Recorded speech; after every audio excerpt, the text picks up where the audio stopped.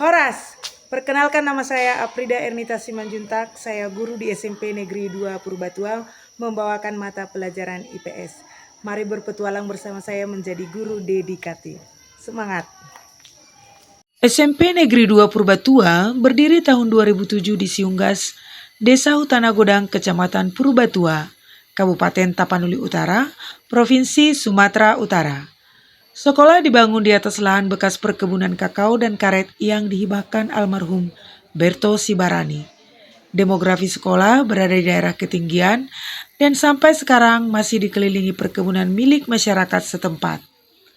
Saya telah mengabdi di sekolah ini sejak tahun 2009 bersama 4 teman lainnya. Namun, 3 di antara mereka sudah melakukan mutasi ke daerah yang lebih mudah mendapatkan akses. Saat pertama mendapat SK penempatan, sekolah hanya memiliki 3 bangunan untuk belajar, tanpa kantor guru, listrik, dan fasilitas pendukung lainnya.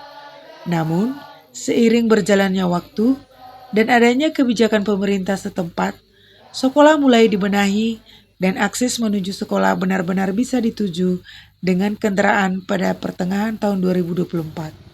Saya sendiri bertempat tinggal di Kecamatan Pahaijae yang merupakan induk dari Kecamatan Purbatua. Jarak tempuh selama 45 menit dengan jalan yang dikelilingi perkebunan masyarakat dan sangat rawan longsor saat musim penghujan.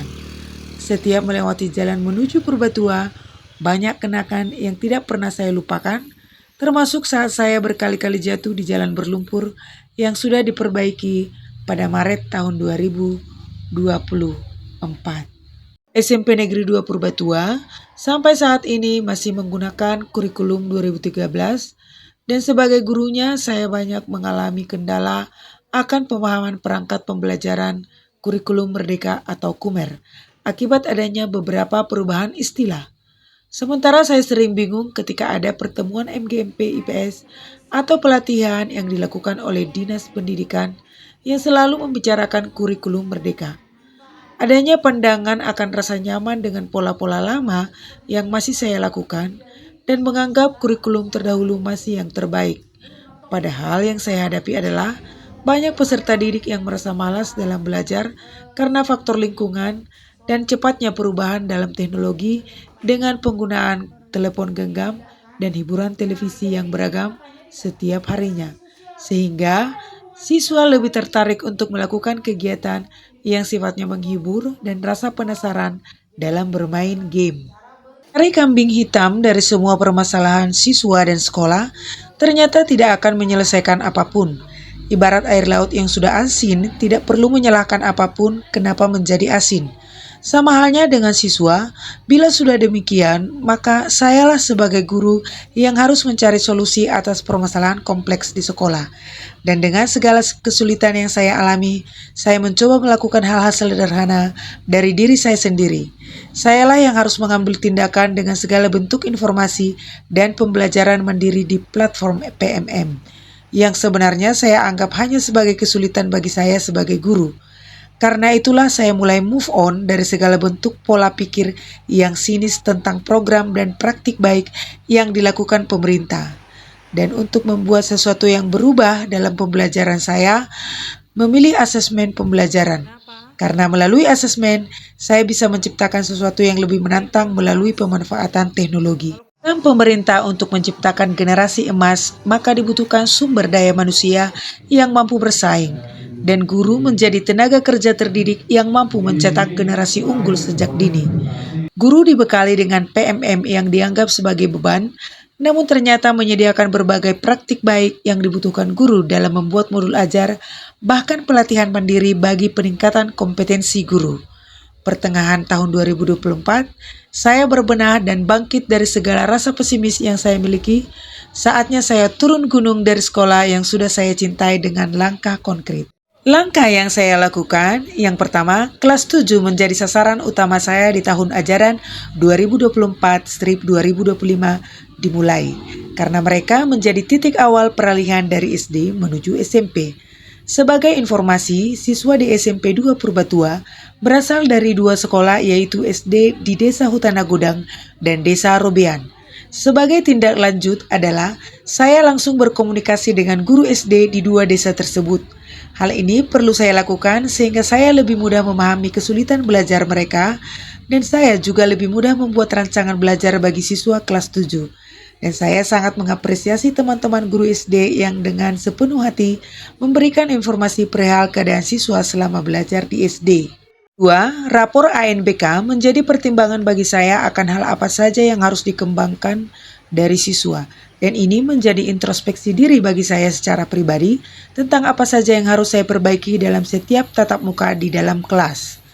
Ketiga, melakukan komunikasi yang intens dengan wali kelas secara umum dan wali kelas 7 secara khusus karena memang sasaran utama saya adalah kelas 7. Wali kelas memiliki peran yang sangat penting dalam memberi penguatan bagi siswa di kelas selain guru mata pelajaran. Keempat, mencari informasi tentang minat dan bakat mereka melalui pengisian data sekolah. Minat dan bakat bisa menjadi acuan untuk membuat rancangan belajar agar mereka lebih tertarik dan memusatkan perhatian dalam melakukan pembelajaran. Hasil praktik baik yang saya lakukan dan usaha peningkatan kompetensi saya adalah 1. Saya mulai mengerjakan aksi nyata di PMM dan saat ini saya sedang membuat rancangan aksi nyata perdana yang akan saya upload. Mengikuti seleksi program guru penggerak gelombang 12 dengan serius dan semoga saya bisa lolos seleksi. Kemudian saya mulai mengikuti program pembatik 2024 dan sudah sampai di level 3. Hal ini sangat luar biasa bagi saya karena saya baru saja membuka diri terhadap program baik yang dibuat pemerintah. Dan tentu saja saya ikut ambil bagian dalam Jambore GTK Hebat 2024 setelah 15 tahun menjadi guru.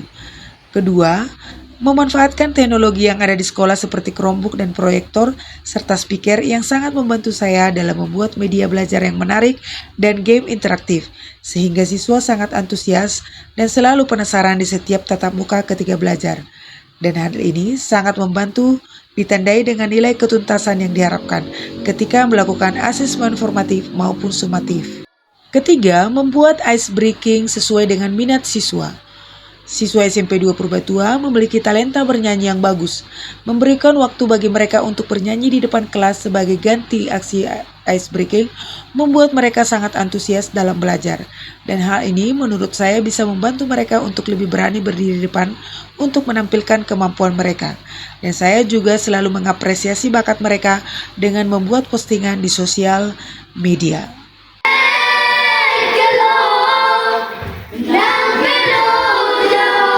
Keempat, meningkatkan literasi mereka dengan memberikan kesempatan untuk membaca buku pada hari Selasa sebelum pembelajaran jam pertama dimulai, di mana hari tersebut saya menjadi guru piket.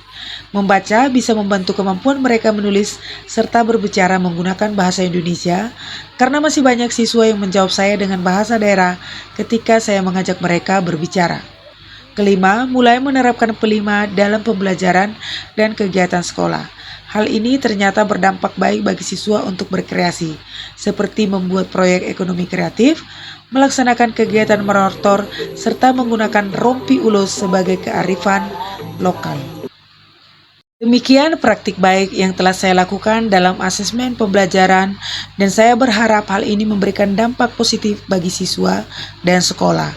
Dengan menyampaikan praktik baik ini kepada teman sejawat di sekolah, serta dukungan dari kepala sekolah dan teman guru, membawa kebaikan serta mampu melahirkan generasi unggul dari Siunggas, sebuah sekolah yang selalu ditemani nyanyian jangkrik dan menjadi saksi pengabdian tulus dari guru yang dedikat. Dari PS sangat menyenangkan dan mudah dipahami bersama Ibu Simanjunta dan bisa menyelesaikan dengan mudah asesmen yang diberikan kepada kami.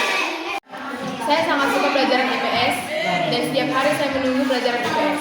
Apalagi Ibu Junta selalu menyiapkan kuis interaktif. Dari IPS bersama Ibu Junta itu sangat menarik karena Ibu itu membuat media pelajaran yang menarik.